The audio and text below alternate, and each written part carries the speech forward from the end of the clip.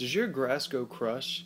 Let us show you how to make it look lush. My name is Jonathan Clay, and I'm going to show you how to make your yard from looking like this to this. See the difference? If you're tired of not having the color that your grass longs for, let me show you how through watering, mowing, and fertilizing to get you that lush green. Through this speech, you'll learn a little insight of what those aspects can really do for your lawn. Do you ever forget to take a drink of water? I know I don't. Since water is needed by every living thing, why would it not make sense to water your yard?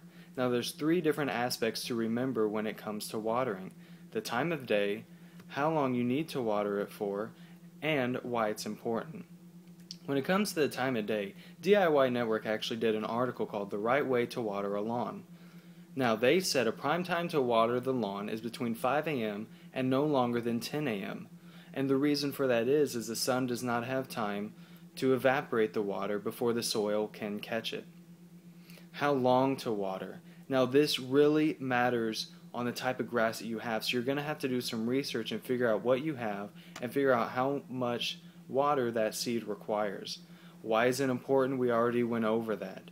It's important because every living thing requires water, whether it's your grass, whether it's you. Your grass is going to keep growing, so in order to keep it growing, give it water. On hot days, make sure that you're doing it in the mornings so you're not letting all the water evaporate before the soil can get it. Did you know that by cutting the human hair, it'll actually make it grow more?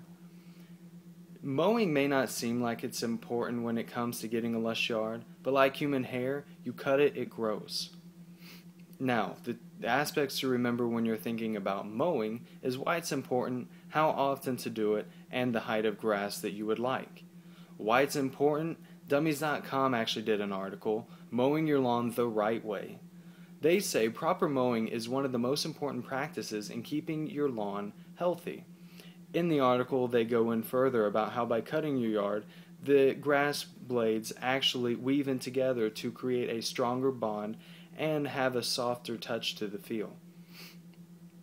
Now, how often to do it? This really goes hand in hand with the height of grass. If you like your grass between 3 to 4 inches, then you're going to have to mow it probably a little bit more often than someone else might. But try and stay away from your grass when it gets between the 5 and 6 inch range, because then it just looks tacky and your neighbors will not appreciate that, I can guarantee. I know that I need food and nourishment for my body. Why would grass be any different? Now I'm about to tell you a personal experience from what I've learned.